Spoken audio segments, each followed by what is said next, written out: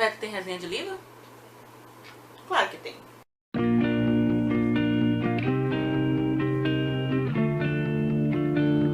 E aí pessoal, tudo bem? Hoje eu vim comentar no Vedo um livro que me calou. Demorei muito para fazer essa resenha por motivos de eu não sabia exatamente o que contar para vocês.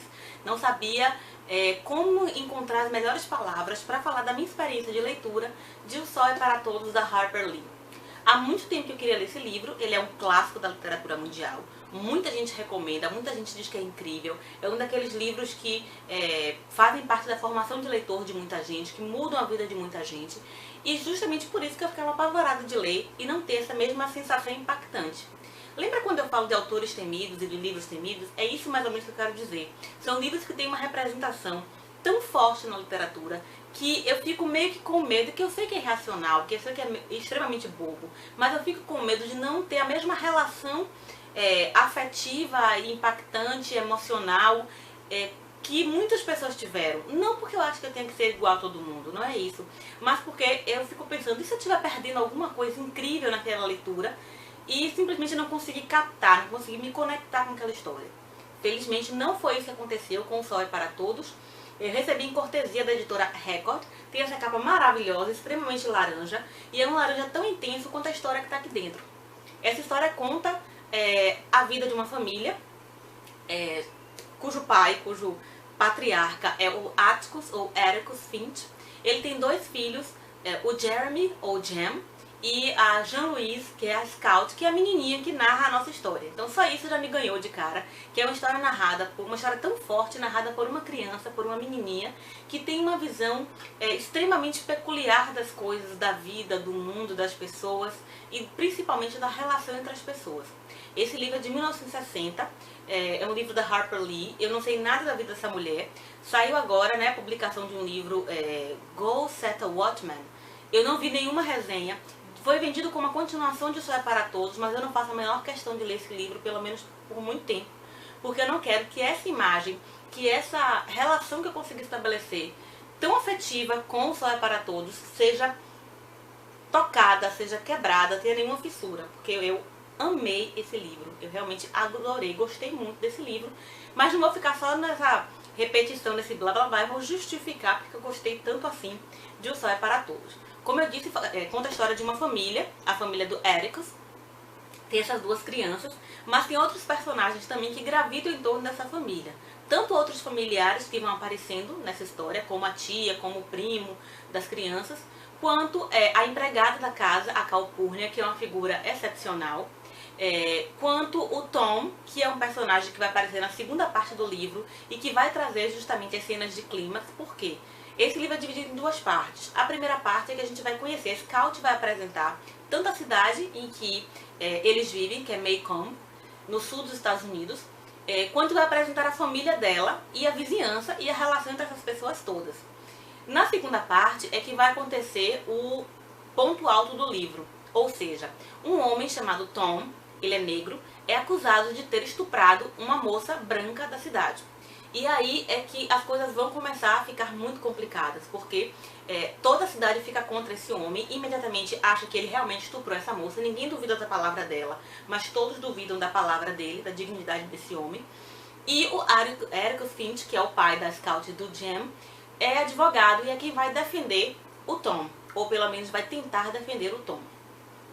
Tem a segunda parte toda, a gente tem esse julgamento, tem as repercussões do fato do Atticus defender o Tom, tem a forma como as crianças vão circulando nesse ambiente, nesse clima de tensão, como cada pessoa na cidade vai se posicionando, e tem outras coisas tão incríveis que podem parecer pontuais à primeira vista, mas que vão se expandindo e vão trazendo uma visão tão interessante da história, que esse livro, assim, eu poderia ficar falando por horas nele, né?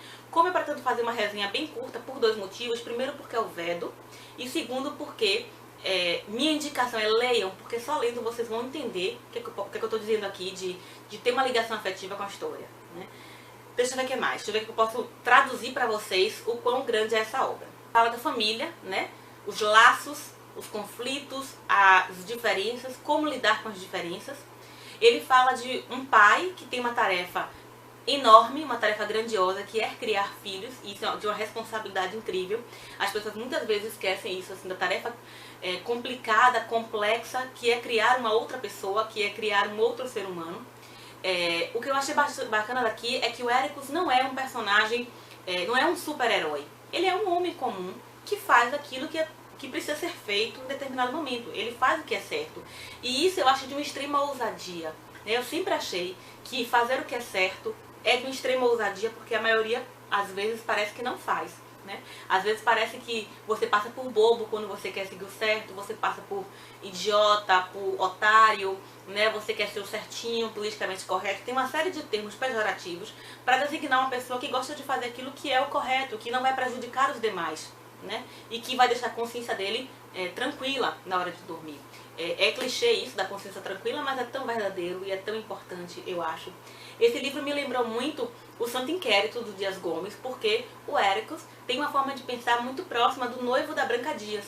E eles dizem coisas muito parecidas, né? De que existe um núcleo, existe uma essência, existem algumas coisas que não são negociáveis. Que mesmo que aquilo te coloque numa situação extremamente complicada, você não pode abrir mão, porque é aquilo que está na sua essência, do que é certo, do que é errado, dos valores, né? Do bem pessoal e do bem comum. Então tem certos valores que não são negociáveis, porque se você cruza essa fronteira, você se perdeu. E quando você se perde é muito mais complicado. Quando você decepciona os outros é uma coisa, mas quando você decepciona você mesmo e você percebe que você não é aquilo que você pensava, é muito mais complicado de lidar. E eu não estou falando no sentido de aparência, estou falando no sentido de essência, né? De retidão de caráter. A gente vê muito isso na figura do Ericus. Ele se coloca em situações muito complicadas, ele fica muito temeroso pela repercussão disso para os filhos dele, mas ele tem muito claro o tempo todo de que a justiça tem que ser feita, assim, do que é correto, do que ele precisa fazer para ter a consciência dele tranquila e para continuar sendo um exemplo para os filhos dele. Porque como é que ele poderia criar aquelas crianças e dar algumas noções de valores e do que é certo e do que é errado se ele não se comportasse da maneira certa, né, em dados momentos. Então é um livro muito bacana para a gente refletir nossas ações diárias, refletir sobre nossos preconceitos, porque todos nós temos em maior e menor medida, né, num campo ou no outro. Muitas vezes a gente está tão entranhado no preconceito que a gente não percebe que tem, e isso é muito perigoso. Acho que a coisa mais interessante daqui, assim, a Scout é uma personagem maravilhosa, é uma menina que é muito viva, ela é muito ativa, ela é muito reflexiva, é fascinante esse personagem, mas pra mim, o personagem mais fascinante foi o Ericus, que é visto pelos filhos como já velho, porque ele tem mais de 50 anos, então ele não é atlético como os pais das outras crianças, ele cansa quando corre, ele não é tão ativo, ele trabalha muito, ele chega à noite em casa cansado, mas a gente vai observando nas entrelinhas assim, o quão doce e forte esse homem é, forte no sentido de caráter. É um homem que lê histórias para os filhos, que se preocupa com a formação de caráter deles, que tem uma relação delicada e gentil com as pessoas e que faz um exercício fundamental para ele na história, para as pessoas que convivem com ele e para a gente também, que é o exercício de perspectiva. É se colocar no lugar do outro para entender o comportamento do outro. Não é para justificar nem passar a mão pela cabeça, mas para entender. Porque a gente nunca é capaz de entender o outro se a gente fica no nosso próprio lugar. Tem um ditado que eu acho que é dos índios Cherokee, Apache, sei lá o que diz que eu não posso julgar o outro até que eu tenha andado algumas milhas calçado nos sapatos dele. Então, e esse é o exercício de perspectiva, você se colocar no lugar do outro para você saber como é a visão dele de mundo. Aí sim eu posso tentar entender o comportamento dele, eu posso tentar me relacionar com essa pessoa. A questão do racismo que é discutido aqui é muito dolorosa, toca em várias feridas, é muito difícil ver que assim, o lugar social que é atribuído às pessoas e como esse lugar social, esse valor social influencia fortemente as ações que nós temos para com as pessoas, como nós nos comportamos e como isso é tão naturalizado que a gente muitas vezes não reflete sobre os efeitos disso, mas que bom que há pessoas que podem abrir nossos olhos para essas coisas. Então, eu achei um livro excelente, não tenho mais muita coisa para falar, foi um dos livros que me calou realmente. Essa resenha está sendo muito difícil para mim, porque as ideias estão muito misturadas, os personagens ainda me acompanham, eu não consigo dizer mais muita coisa de forma organizada e lógica porque eu só consigo dizer que esse livro é maravilhoso e que você tem que ler. Tá certo? Acho que é isso. Então esse foi a conclusão, foi minha resenha super confusa, mas muito emocionada de O Sol é para Todos. E amanhã a gente tem mais vídeo no Vedo. Um beijo e até mais. Tchau!